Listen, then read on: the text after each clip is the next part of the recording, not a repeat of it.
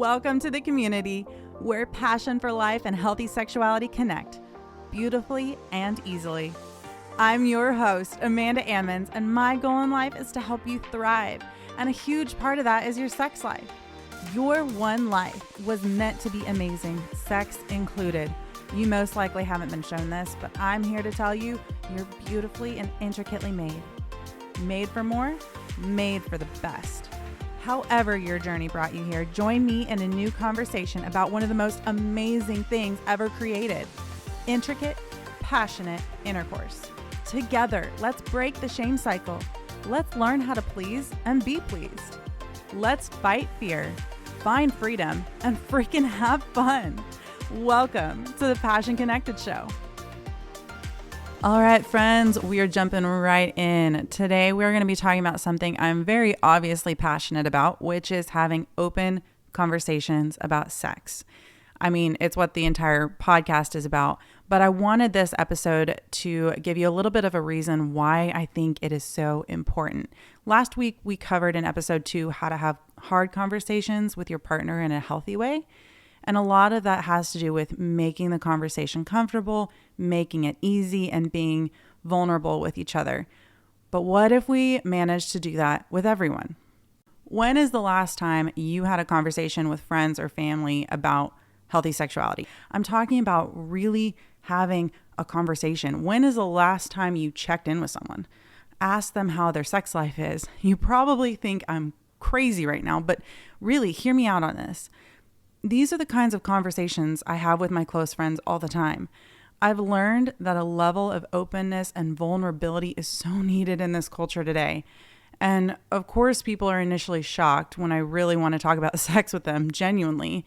But I have found after the initial shock, they usually come away from the conversation telling me how much they appreciated my openness and how much they've been wanting to talk about it with somebody. So, quick story on this. When I was engaged to my husband, I had a really hard time keeping my hands off him.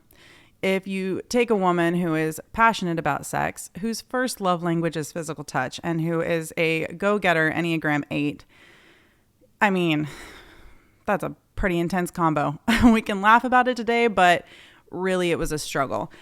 But I remember walking out of one of our university's chapels one time, and the session had been about Song of Songs, which, if you don't know, Song of Songs is a book in the Bible that describes a relationship between a man and his soon-to-be bride. The book is also an allegory to Christ coming back to be united with his church, to be intimate with his bride, his people, his church body. And it's a pretty intense book. I mean, it's pretty much like a sex novel, just smack dab in the middle of the Old Testament.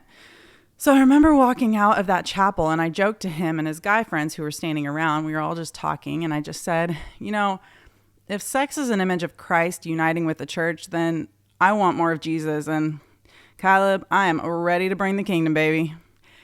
They were so shocked for like half a second.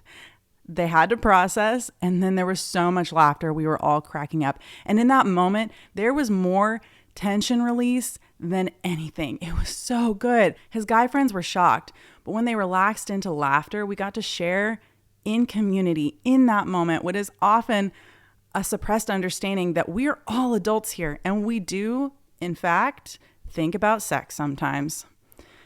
We just don't typically say so. But when I decided to bring it up, to let everyone know, hey, I'm thinking about it. I know you're thinking about it. I want it with my fiance. Like, this is all clear. We all have these feelings.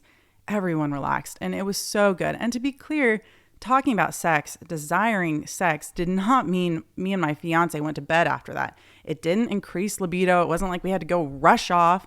It didn't push his friends away, and it didn't make them think weirdly of me. In fact, they ended up being closer to me.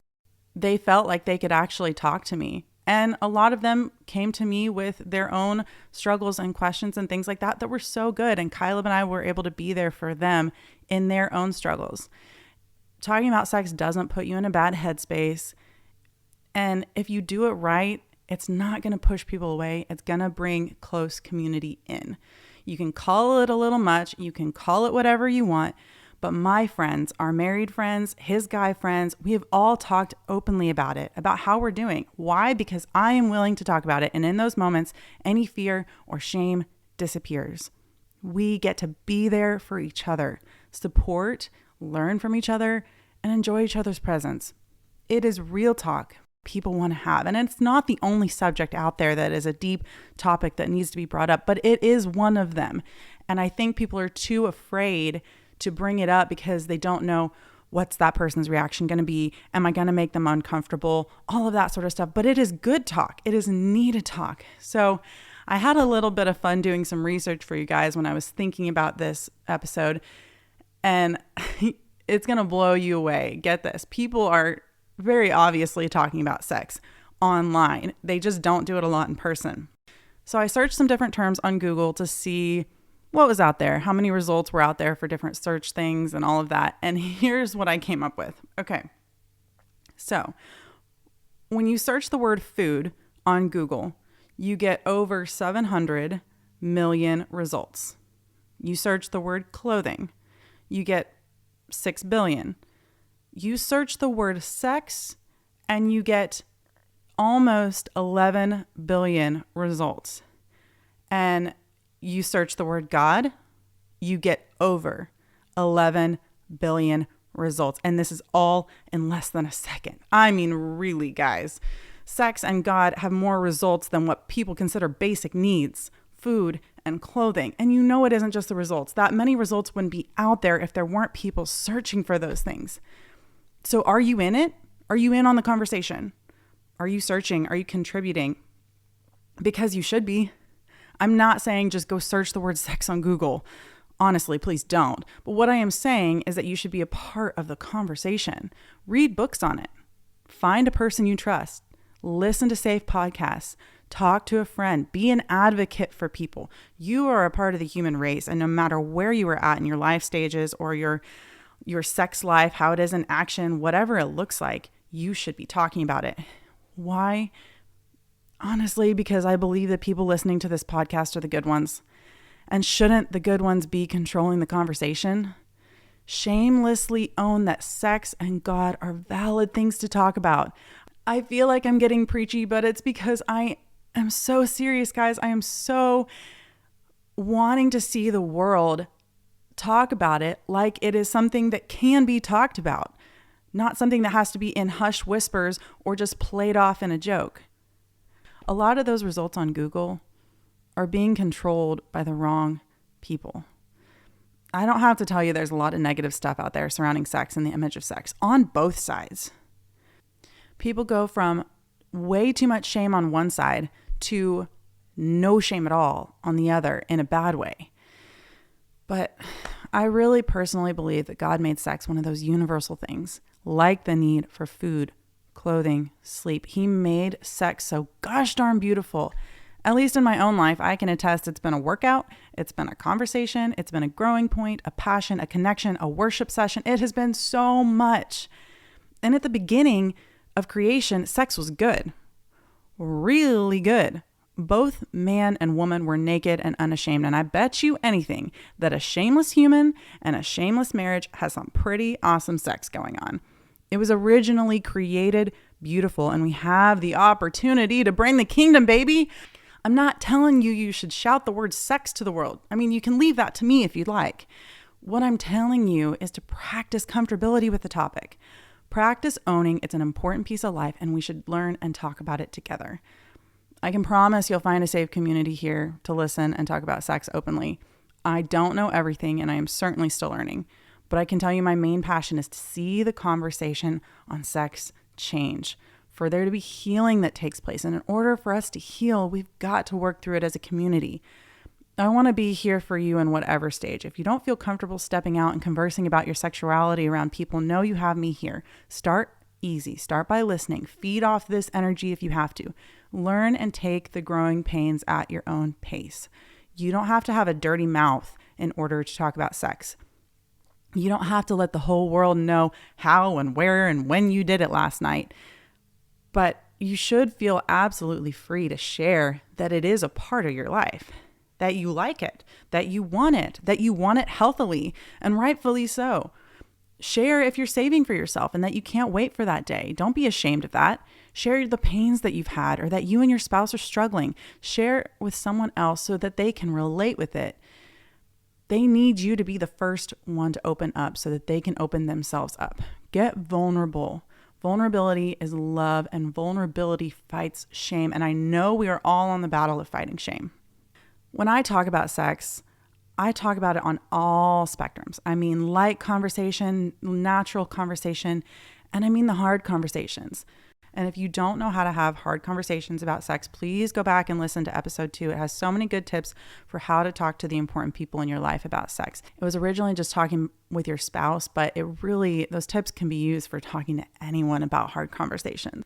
When me and my friends or my family or whoever it is are talking about sex, it typically looks like this: music playing in the background, friends on my couch, and a really good cup of coffee because I'm kind of a coffee snob.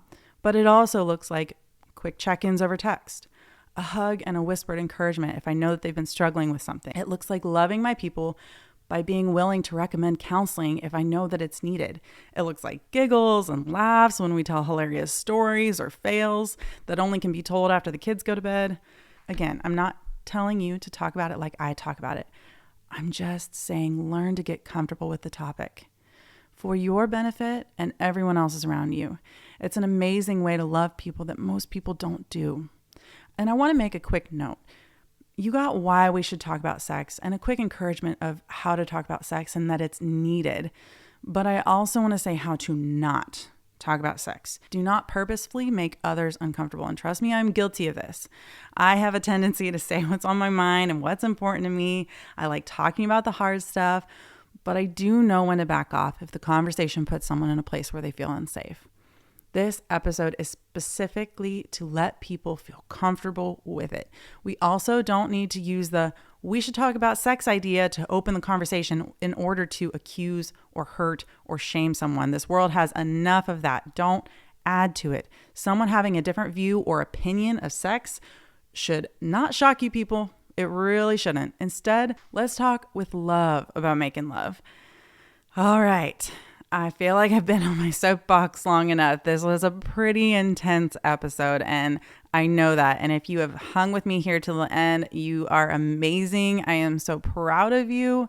I know a lot of people probably are clicking out because this is hard to talk about, and a lot of people are not ready to handle it yet, and that's okay. But if you are, I would love to see you over on my Facebook community. I would love to see you over on my Instagram.